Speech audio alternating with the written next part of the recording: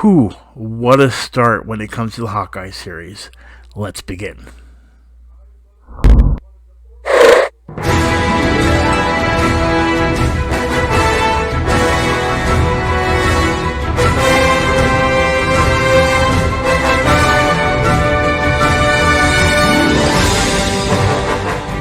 How do you do, G-Pot crew? It's your Nighty Buddy Putty here, and today we are going to be reviewing and breaking down any hidden lore, Easter eggs, or anything of that matter for Hawkeye, Episode 1 and 2. I'm your host, Putty, and today was an amazing time. We did a little watch party for this setup of this review, but then a lot of stuff was revealed.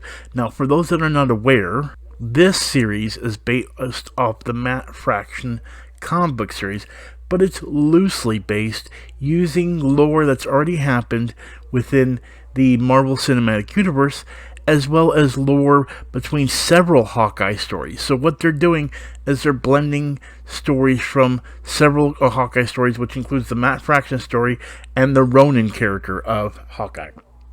Now, first I want to go into the Episode 1 and talk about how, again, a lot of things are different. One, they are doing a very loosely changed Kate Bishop story. So if you're not aware, in the comic book, especially the Matt Fraction series, they actually have Kate Bishop already as a young Avenger, being Hawkeye already, while Clint Barton is kind of retired from the world of being Hawkeye.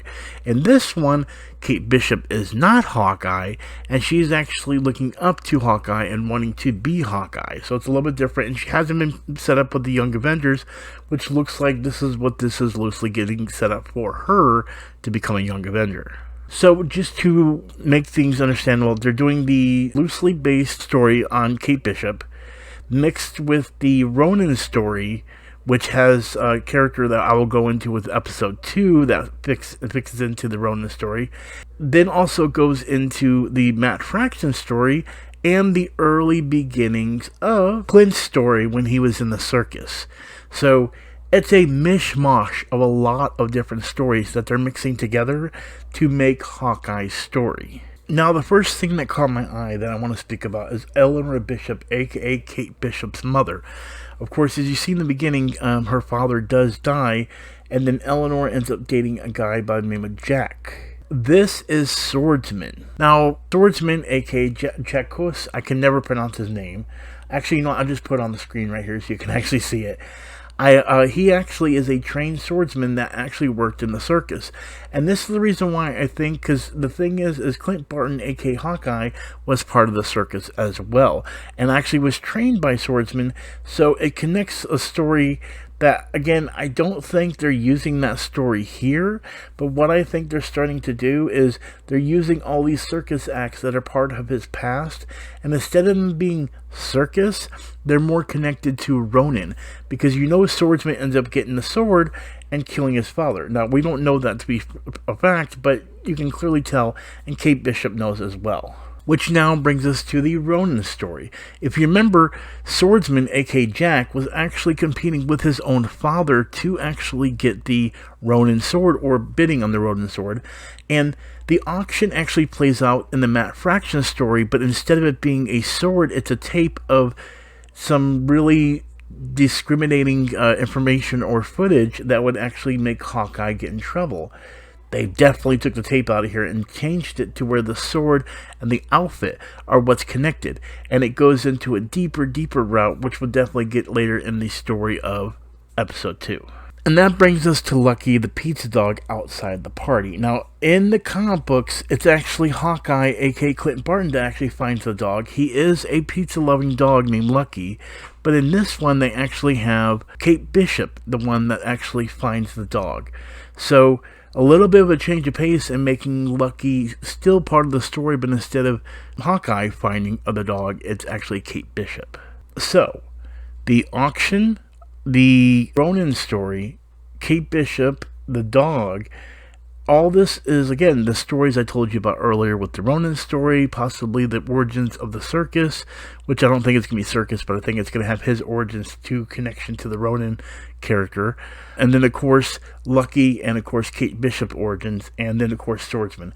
It's a lot of stories connected together, making one actually really good story when it comes to the new Hawkeye series, and we haven't gotten to episode 2. And then this brings us to episode 2. Now, episode 2, I'm going to say it briefly, is way more away from the Matt Fraction story in my eyes, even though it does go after some criminals that they do kind of associate in the comics, kind of. It's more of Kate Bishop and her relationship with her mother, and of course, Clint and his relationship with his family.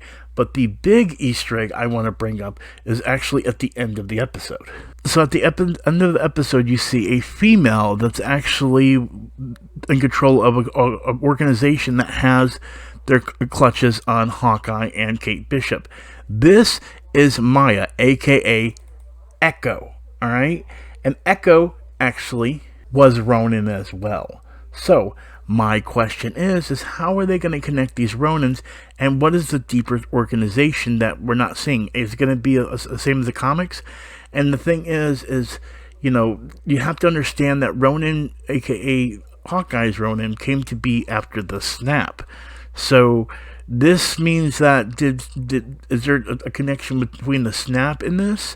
And at the same time, how is this going to be connected with the whole story that Matt Fraction has? Because we do see in the trailer that the vehicle chase and all that kind of stuff does happen from the Matt Fraction episode, or series, I should say. So honestly, this episode didn't have much of the Matt Fraction story. It was more of, in my eyes, the Ronin story, and then connecting Kate Bishop to Swordsman, which we do see that they do fence each other, and this does show that this is clearly Swordsman that we're seeing here. So I'm excited to see what they're going to do. I honestly felt like the breakdown of Easter eggs or information on this might have been different, but there might have been stuff that I might have missed trying to push this out in a quick pace. I thoroughly enjoyed it. We did a watch party watching it, and it was definitely a fun experience and different experience in my eyes. But as far as this, I'm really excited to see where this story is going to go when it comes to Echo, Swordsman, Kate Bishop, Hawkeye, and of course, Lucky, the pizza dog. But I want to thank y'all for watching. Make sure you go ahead and hit the like button. Make sure you go ahead and hit that subscribe button.